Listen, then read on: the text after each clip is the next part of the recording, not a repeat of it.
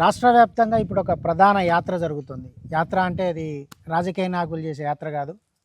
ప్రజల్లో ఉన్న మూఢనమ్మకాలను పోగొట్టేందుకు, అదేవిధంగా మన రాజ్యాంగం మీద గౌరవాన్ని, భక్తిని పెంచేందుకు, ప్రకృతి మీద ప్రేమను పెంచేందుకు ప్రకృతి వైజ్ఞానిక యాత్ర జరుగుతుంది. ఆ యాత్ర నిర్వహిస్తున్న వారు ప్రజాకవి జయరాజు ఒకరైతే, మరొకరు రమేష్ గారు, విజ్ఞాన దర్శిని రమేష్ గారు. విజ్ఞాన దర్శిని రమేష్ అంటే చాలామంది కలెక్ట్ చేసుకోలేరు, పాత జన విజ్ఞాన వేదిక రమేష్ గారు.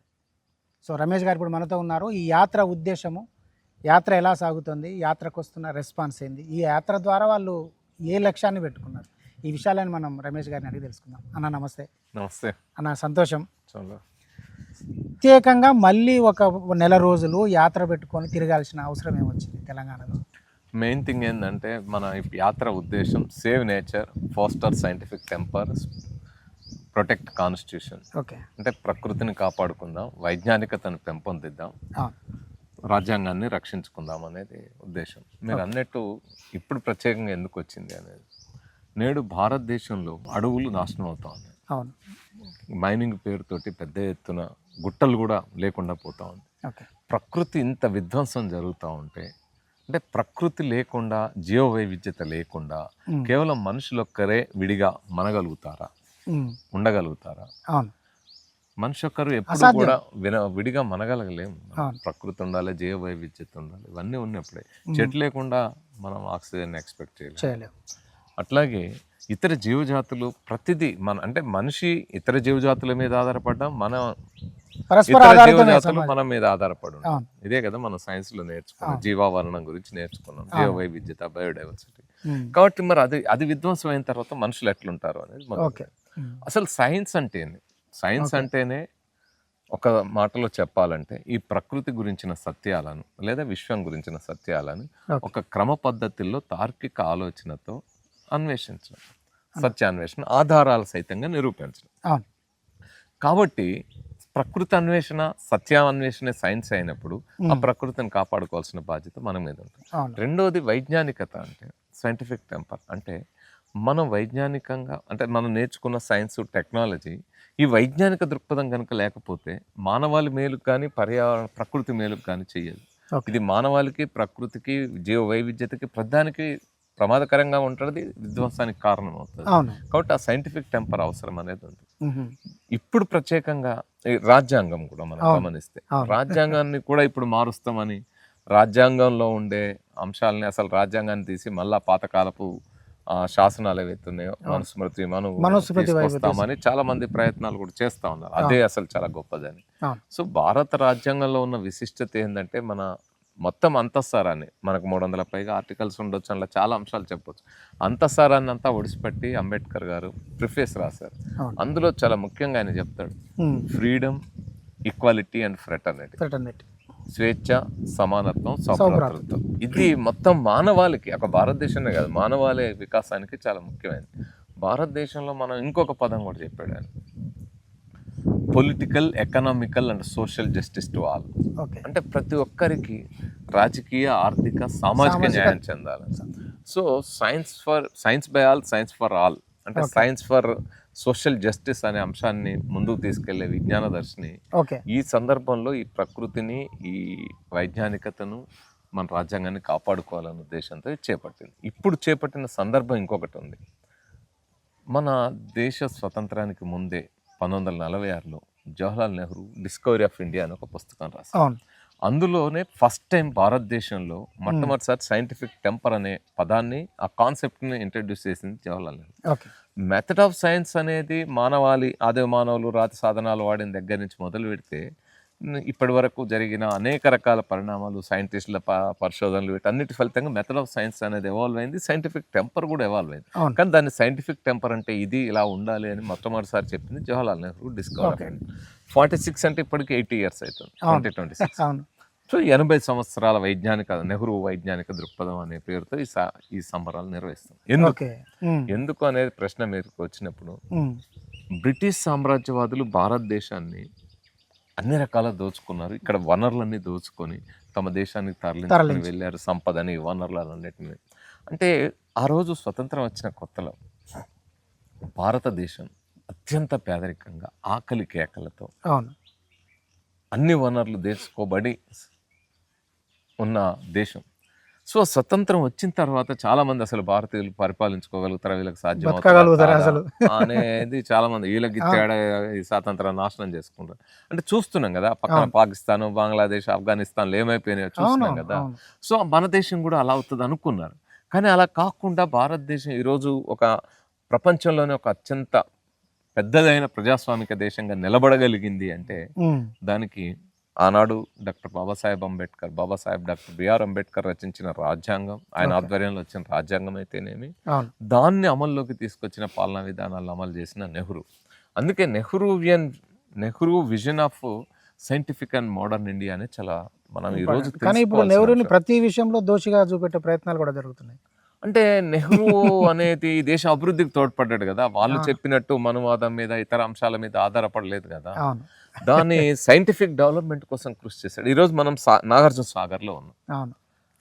నెహ్రూ తను అధికారంలోకి వచ్చిన కొద్ది కాలంలోనే బాక్రానంగల్, నాగార్జున సాగర్ లాంటి ప్రాజెక్టుల నిర్మాణానికి కారకం. ఇక్కడ పైలాన్ ఆవిష్కరణ వచ్చి ఇక్కడ ఏం మాట్లాడాడు, ఇదే నాగార్జున సాగర్ గడ్డ మీద నెహ్రూ ఏం మాట్లాడాడు, projects and dams are modern temples of India అన్నాడు కదా. అంటే ఆధునిక దేవాలయాలు. మరి అంత పేదరికంలో ఉన్న దేశం వ్యవసాయ రంగంలో ఈరోజు ఇతర దేశాలకు ఎగుమతి చేసే స్థాయికి, ఆ రోజు మనం వ్యవసాయం తిండి కోసం ఇతర దేశాల మీద ఆధారపడ్డాం. ఈరోజు ఎగుమతి చేసే స్థాయికి ఎదగలిగామంటే అలాంటి ఇరిగేషన్ వనరులు కానీ, వ్యవసాయ రంగంలో వచ్చిన మార్పులు కానీ, అనేక రకాల సాంకేతిక నైపుణ్యం పెరగడము దీని అంతటి కారణం తనే కదా. చాలా మంది అలా అనుకుంటున్నారు. ఇప్పుడు భారతదేశం ఆయన ఫస్ట్ చెప్పింది, ఏ దేశమైనా సరే ఆ దేశం ఎదుర్కొంటున్న పేదరికం, ఆకలి, అత్యంత సంపన్నమైన దేశంలో వనరులు వృధా కావడం, ఇలాంటి అన్ని రకాల సమస్యలకు మానవాళి ఎదుర్కొంటున్న సమస్యలన్నిటికీ సైన్స్ అలోన్ ద సొల్యూషన్ అన్నాడు. సైన్స్ ఒకటే మార్గం, ఇంకోటి వేరే పరిష్కారం.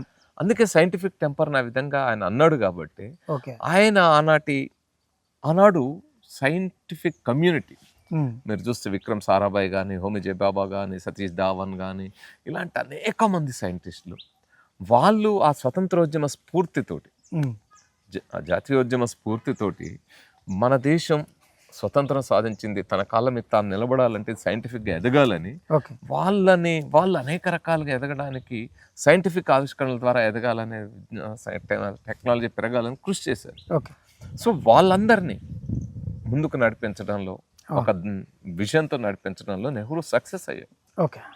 అందుకే మనం గమనిస్తే అసలు భారతదేశ చరిత్రలో ఒక ప్రధాని సైంటిఫిక్, ఆ రోజుల్లో వీళ్ళందరూ ఏం చేశారు, సైంటిస్టులు అందరూ మనం దేశ స్వతంత్రం కోసం కష్టపడుతున్న కార్మికులం అనుకున్నారు. వాళ్ళు వీఆర్ వర్కర్స్ అనుకున్నారు.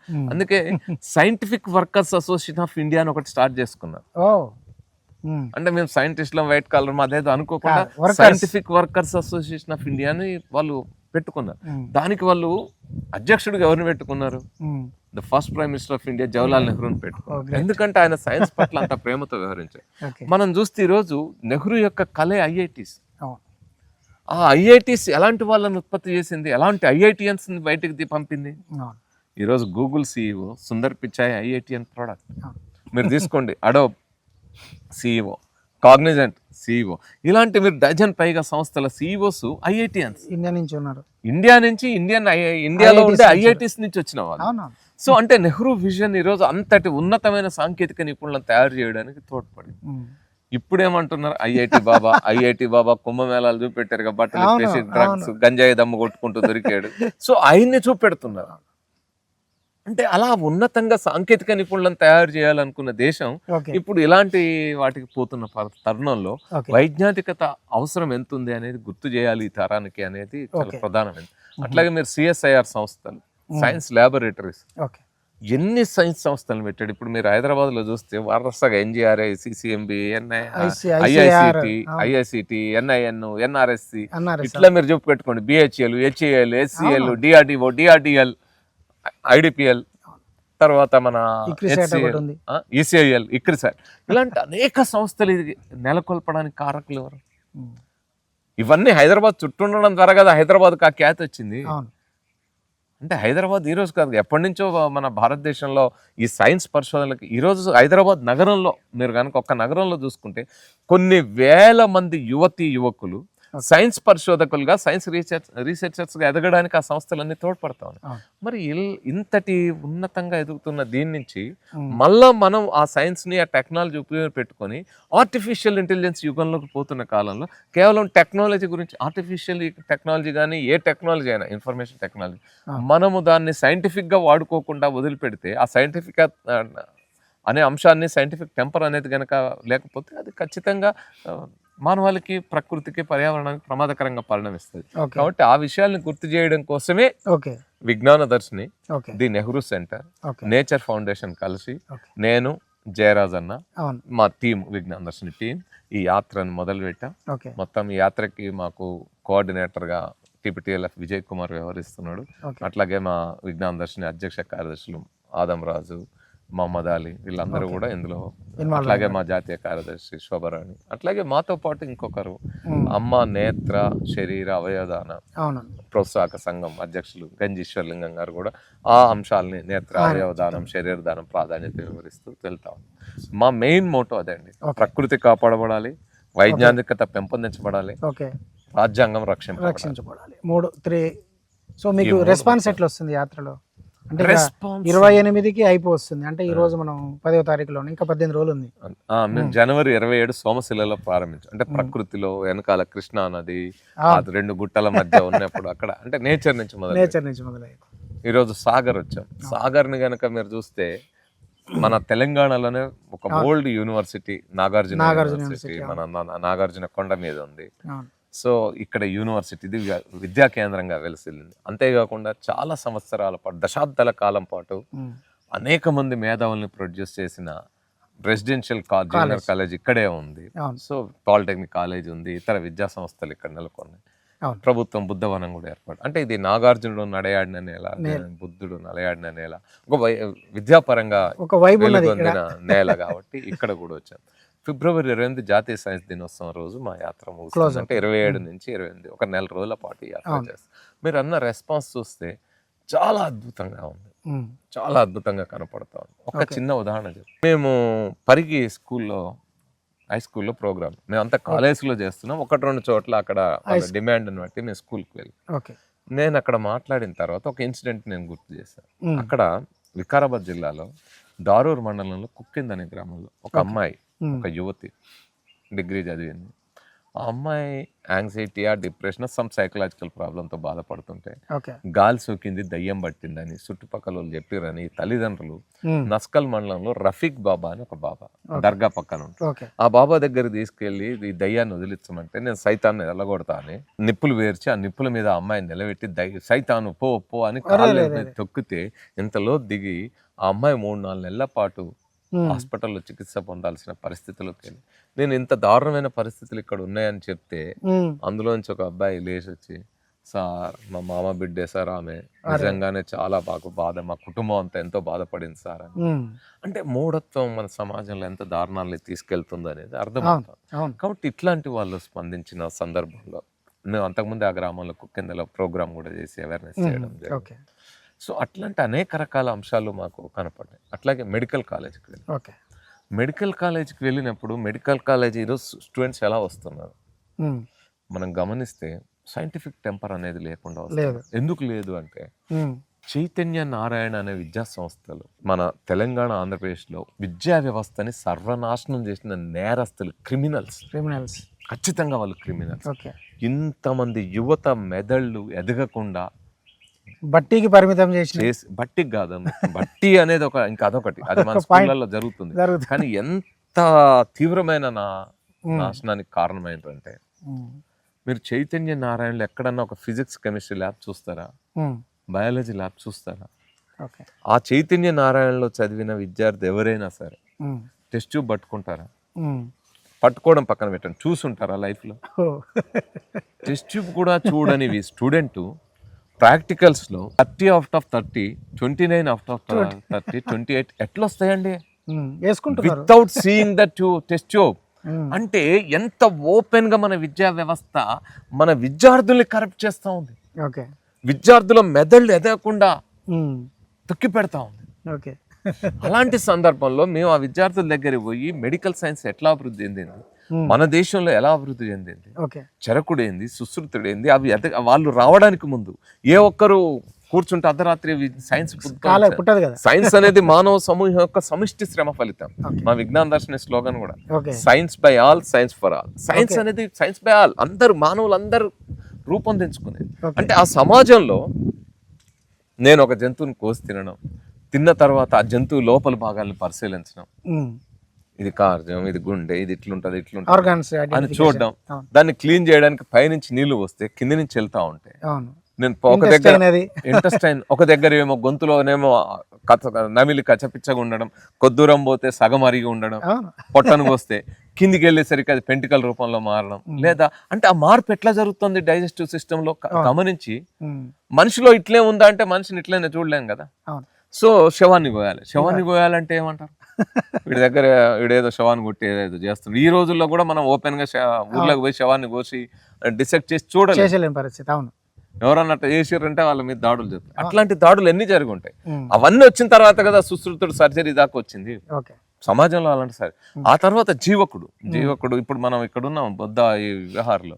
ఈ బుద్ధుడికి ఆ పర్సనల్ డాక్టర్ గా ఉన్న జీవకుడు, ఆయన నలంద యూనివర్సిటీలో మొత్తం ఈ మెడిసిన్ సైన్స్ చదివి దాన్ని అధ్యయనం చేసి సమాజంలోకి వచ్చి తాను కొత్తగా తలకి సర్జరీ ఎలా చేయాలని కొన్ని ఈ రోజు డాక్టర్స్ వాడుతున్న సర్జరీస్ కి ఆద్యుడు ఆయన. ప్రారంభం ఆయన వేస్తాడు అనేక సర్జరీస్ కి. సో అలాంటి వాళ్ళ చరిత్ర. మీరు వరంగల్ వెళ్తే హన్మకొండలో అగ్గులయ్య గుట్ట అని ఉంటుంది. అగ్గులయ్య అనే ఆయన తెలంగాణలో 1000 ఏళ్ల క్రితం 1000 ఏళ్ల క్రితమే చిన్న పిల్లలకు సర్జరీ ఎలా చేయాలి అనే దానికి మొదలుపెట్టిన ఆద్యుడు doctor. This is the vast heritage of a rich heritage of knowledge heritage. ఇప్పుడు మనకి ఇక్కడ నాగార్జున కొండ మీద ఉన్న నాగార్జున యూనివర్సిటీ కూడా ఆయుర్వేదిక్ యూనివర్సిటీ. అనేక అంశాలు, అనేక అధ్యయనాలు వాళ్ళు లోతుగా. మేము ఇక్కడ నారాయణపేట జిల్లాలో మక్తల్లో చాలా మంది అనుకుంటారు ఈ స్పేస్ అబ్జర్వేషన్ ఆ రోజుల్లో ఎట్లా తెలిసింది, మీ ఆ రోజు టెలిస్కోప్ లేదు కదా, ఇంకోటి లేదు కదా, ఇట్లాంటివి అంటారు. ఇవన్నీ ఎట్లా తెలిసినాయి అని మనం చూస్తే, మీరు నారాయణపేట పక్కన మక్తల్ పక్కల ఒక విలేజ్ ఉంటుంది, నిలువురాళ్ళు ఉంటాయి. ఈ ముడుమాల అనే దగ్గర నిలువురాళ్ళు ఉంటాయి. నిలువురాళ్ళు ఇలా పెట్టి అవి ఉన్నాయి. అర్థం కాక రియల్ ఎస్టేట్ వాళ్ళు ఏంటో ఇది ల్యాండ్ పనికి వస్తా అంటే మేము అందరం ఫైట్ చేస్తే చుట్టూ ఆపారు కంచి కట్టి. ఇప్పుడు ఆ నిలువురాళ్ళ చరిత్ర ఏంటి అంటే కొన్ని వేల సంవత్సరాల క్రితమే స్పేస్ ని అబ్జర్వ్ చేసుకోవడానికి ఆనాటి మానవులు ఏర్పాటు చేసుకున్నారు. ఇప్పుడు రాత్రిపూట మనందరికి సైన్స్ ఎక్కడ ఉంటది అంటే చాలా మంది మా అండ్లా ఉంటాయి, ఎల్లు ఉండదు. మీరు స్పేస్ అబ్జర్వేషన్ ఫస్ట్ ఎక్కడ మొదలైంది? నక్షత్రాలు చూసి దిక్కులు. మనం పొలం కాడికి పోయినప్పుడు మన చిన్నప్పుడు గుర్తుందా లేదా క్రాంతి, మనం చిన్నప్పుడు పొలాల కాడికి పోయి పడుకున్నాం మెదలు కట్టేటప్పుడు. పొద్దున్నే గురుకోలు పొడిచినాయి లేరా అనేది. అరే గురుకోలు ఎట్లా పొడుస్తాయి అంటే పొద్దుకాలు ఇక్కడ ఉంటాయి, మనకి నడిజాము ఎప్పుడైతే మనం అది కొట్టాలో ఆ టైంకి అక్కడ నడినెత్తుకు వచ్చినప్పుడు మనం ఈ మెదలు కట్టి చెయ్యాలని, లేకపోతే మూట తోలాలని. గురుకోళ్ళు పొడిచినాయి, పిల్లల కోడి పొడిచింది అంటే ఆ 3 నక్షత్రాలు అవి ఉంటాయి, అవి ఇక్కడ ఉండే ఇటు అంతే కదా. అవి ఎట్లా కదులుతున్నాయి, ఆ కదలికల్ని అబ్జర్వ్ చేసిన దాని నుంచి అవి ఆ కదలిక ఎక్కడ ఉంది అని తెలుసుకోవాలంటే ఏం చేయాలి? నేను ఒక రాయి వాతి ఇక్కడ నుంచి చూస్తే ఎట్లా సన్ షాడో ఎంత దూరంలో ఈ రోజు ఎక్కడ పడింది, రేపు ఎక్కడ ఉంది, ఎట్లుంది, 1 ఇయర్ నేను అబ్జర్వ్ చేసిన తర్వాత నాకు ఉత్తరాయణం దక్షిణాయనం అర్థమవుతా, సన్ స్టైల్ ఏంటిది ఇవన్నీ అర్థమవుతాయి కదా, సన్ మూవ్మెంట్ ఎట్లా ఉంది అనేది. సో అవన్నీ మానవులు తమ శ్రమ నుంచి రూపొందించుకున్నారు. ఇంతేందుకు మన ఊర్లలో చూస్తాం సౌండ్ పాఠం చెప్పేటప్పుడు నేను టీచర్లు కూడా అడుగుతాను, ఏదైనా ఎక్స్పెరిమెంట్ చేయించారా అంటే లేదు సార్ మా దగ్గర ట్యూనింగ్ ఫోర్క్ లేదు, వైబ్రేషన్స్ ఎట్లా చూపెట్టాను. నేను చెప్తా అయ్యి అక్కడ దాకా ఎందుకబ్బా. మన ఊర్లలో చర్మకారులు ఉన్నారు, మన మాలమాదిగలు చెప్పులు తయారు చేస్తాం. ఇప్పుడు నేను ఒక జంతువుని కోసుకొని తిన్న తర్వాత చర్మం ఆడ పడేసిన, అది నమలడానికి కష్టంగా ఉంది అని ఆడ పడేసినప్పుడు అది కుళ్ళి కంపు కొడుతుంది. ఏం చేయాలి దాన్ని? కుళ్ళి కంపు కొట్టి ఇదంతా అదవుతుంది. చిన్నగా ఆ చెట్టును దీన్ని పరిశీలించి తెల్ల తుమ్మ చెక్క, తంగేడు చెక్క తెచ్చి దంచి నానబెట్టి అందులో తోలు నానబెడితే అది మంచిగా ఎండి వాసన లేకుంటే ఎండేది. అది కెమిస్ట్రీ కాదా? ఎక్కడ మొదలైతే మానవ శ్రమలోంచి మొదలవుతుంది కదా. దాన్ని తీసుకొని ఓ చెక్కకు గుట్టి డప్పు కొట్టడం మొదలుపెట్టి ఇప్పుడు ఈ డప్పును కొడుతున్న తర్వాత డమక్ డమక్ డమక్ డమక్ అని పోతుంటది. జజ్జనకరి కొడతాం. ఓకే. కానీ అదే టప్పు కొద్దిసేపు అయిన తర్వాత మెత్తగా అవుతుంది, ఎత్తగద్ది. అవును. తుపక్ అంటది. అప్పుడు ఏం చేస్తారు మన ఊర్లలో? వేడి చేస్తారు అంతే మంట కదా. పెట్టి కాపుతారు కదా. అంతే. సైన్స్ వరిగడ్డి కదా. వరిగడ్డి అంతే. అంటే ప్రజలు తమ శ్రమలో నుంచి తమ అంటే నిత్య అనుభవంలో జీవితంలో నుంచి సైన్స్ ఉంది అంతే. దాన్ని రూపొందించుకున్నారు. అది ఈ రోజు మన టెక్స్ట్ బుక్ కి లాబొరేటరీకి వచ్చింది. అవును. కాబట్టి ఈ సైన్స్ ని మనం అధ్యయనం చేయడం ద్వారా ముందుకెళ్తాం. అందుకే నేను నిన్న నల్గొండలో మనం కలుసుకున్నాం. నల్గొండలో మేము వెళ్ళాం, పానగల్ మ్యూజియంకి వెళ్ళాం. అక్కడ మనం గమనిస్తే కొన్ని వేల సంవత్సరాల క్రితం, అంటే 60,000 70,000 సంవత్సరాల క్రితమే ఆఫ్రికా నుంచి వచ్చిన హోమినైడ్స్ ఏవైతే ఉన్నాయో అందులో నియాండర్తల్స్ కావచ్చు, హోమో ఎరెక్టస్ కావచ్చు, హోమోసెపియన్స్గా ఎదిగిన మనం కావచ్చు, ఇట్లా కొన్ని రకాల జాతులు ఇట్లా వచ్చినాయి. వాటిలో అందరూ ఎక్స్టెన్షన్ అయిపోయి హోమోసెపియన్స్ మనం మిగిలిపోయి. సో ఈ మిగిలిన కాలంలో ఆ రోజుల్లో వాళ్ళు కొన్ని 50,000 ఏళ్ల క్రితం, 60,000 ఏళ్ల క్రితం, 40,000 ఏళ్ల క్రితం వాళ్ళు పాతరాతి ముందు రాతి సాధనాలు మొదలు పెట్టుకున్నారు. వేటలో ఆహార సేకరణ దశ, వేటాడి తెచ్చుకోవాలి, పాతరాతి సాధనాలు, అది పాతరాతి యుగం అన్నాం. తర్వాత మధ్యరాతి యుగం అన్నాం, కొత్త రాతి యుగం అన్నాం, బృహశిలా యుగం తర్వాత, కొత్త రాతి యుగం కంటే తర్వాత యుగం అన్నాం. ఆ తర్వాత మట్టి పాత్రలు, ఆ తర్వాత ఇనుము, ఆ తర్వాత కంచు, రాగి, ఇత్తడి, ఇట్లాంటివి ఇట్లా ఎదుర్కొంటూ సాధనాలు ఎలా వచ్చినాయని మొత్తం పరిణామం ఆనాడు మానవులు వాడిన సాధనాలన్నీ అక్కడ మన కళ్ళ ముందు కనిపిస్తున్నాయి. భూపాలపల్లి జిల్లాలో గుట్టల్లో ఆనాటి ఆదిమ మానవులు వేసిన పెయింటింగ్స్ ఇప్పటికీ ఉన్నాయి. 34,000 ఏళ్ల క్రితం బొమ్మల గుట్ట ఇక్కడ మన భువనగిరిలో, మన ఉమ్మడి నల్గొండ జిల్లా భువనగిరిలో ఉన్నాయి గుట్టలు, కేవ్ పెయింటింగ్స్ ఇప్పటికీ ఉన్నాయి. హైదరాబాద్ లో ఉన్నాయి. సో అంటే 1000 ఏళ్ల క్రితమే మనం సైన్స్ ని డెవలప్ చేసుకోవడానికి, మన మానవాళి ఎదగడానికి, మన మేధస్సు వికసించడానికి కారణమైనవి.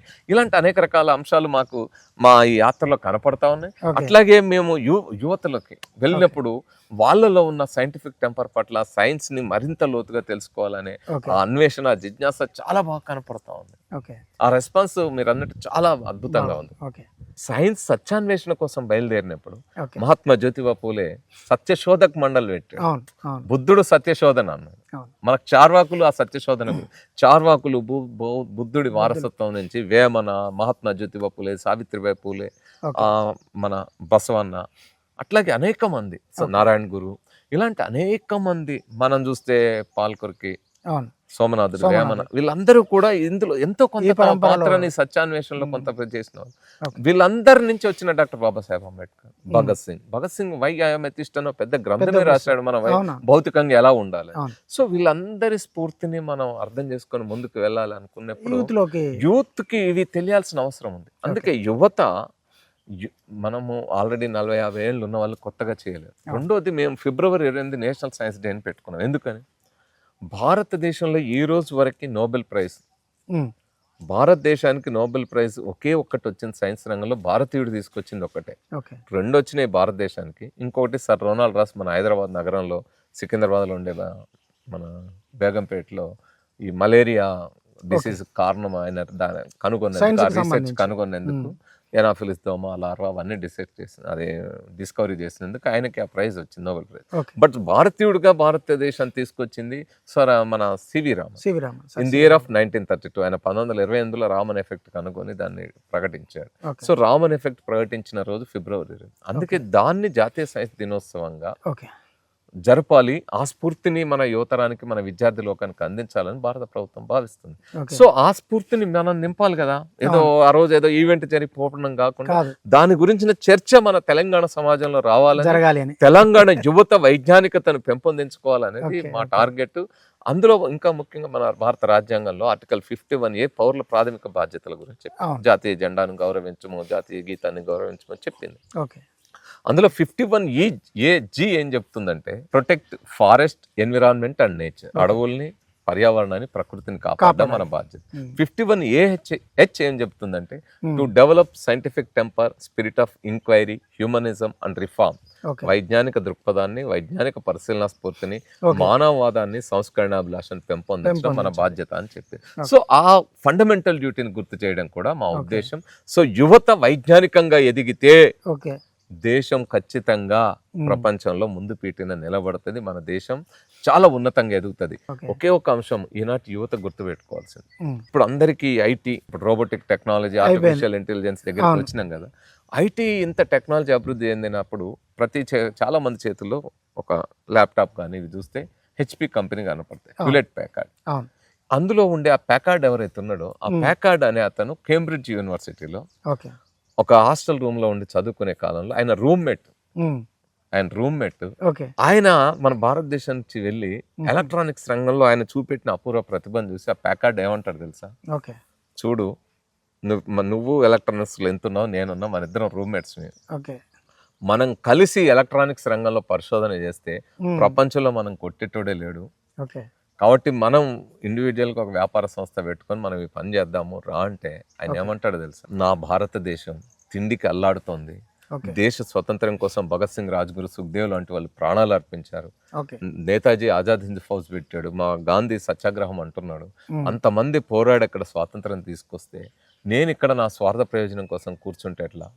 నా మేధస్సు నా దేశానికి ఉపయోగపడాలి అని ఆయన ఇక్కడికి వచ్చి ఆనాటి నెహ్రూ ప్రభుత్వాన్ని ఒప్పించి ఆ రంగంలో అణురంగంలో పనిచేసి హోమిజే బాబాతో కలిసి పనిచేసి ఆ తర్వాత భారతదేశానికి ఒక ఎలక్ట్రానిక్స్ రంగంలో ఒక సంస్థ, ప్రభుత్వ సంస్థ కావాలి బాగా పరిశోధనలకి అని ప్రయత్నం చేసి ఈసీఎల్ నెలకొల్పడానికి కారకుడైన డాక్టర్ ఏఎస్ రావు.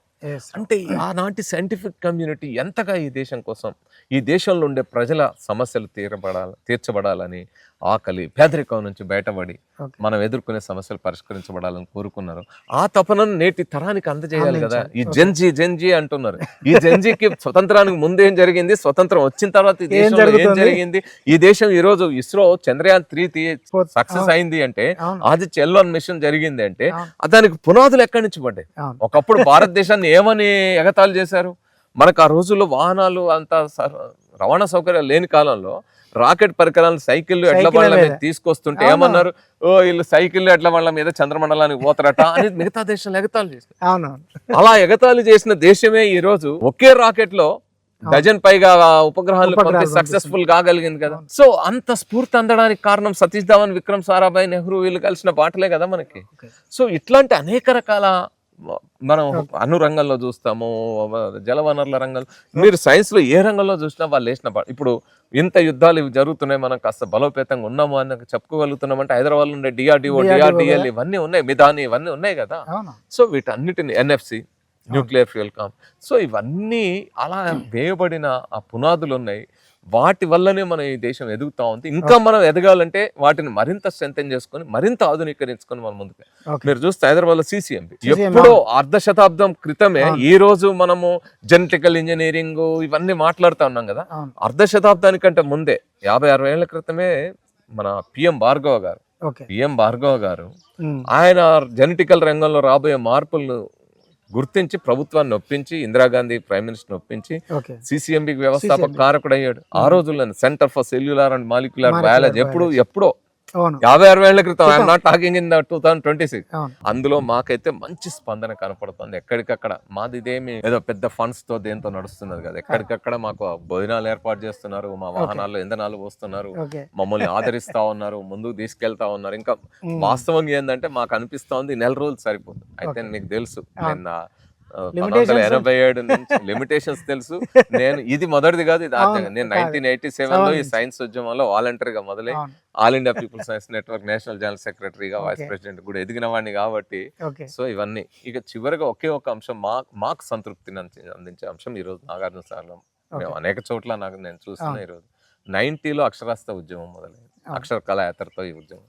91లో ఇక్కడ అక్షరాస్యత ఉద్యమం మొదలై 92లో బాగా పీక్ స్టేజ్కి వెళ్ళింది. ఆ టైంలో మేము 6 లక్షల మందికి చదువురాని వాళ్ళకి చదువు చెప్పాలని బయలుదేరితే 4.5 లక్షల మందికి చదువురాని వయోజనులకి చదువు నేర్పించిన ఉద్యమంలో ఆ తర్వాత ఎక్స్టర్నల్ ఏజెన్సీ వచ్చి కూడా నిర్ధారించి 4.5 లక్షల మందికి చదువు నేర్పారు.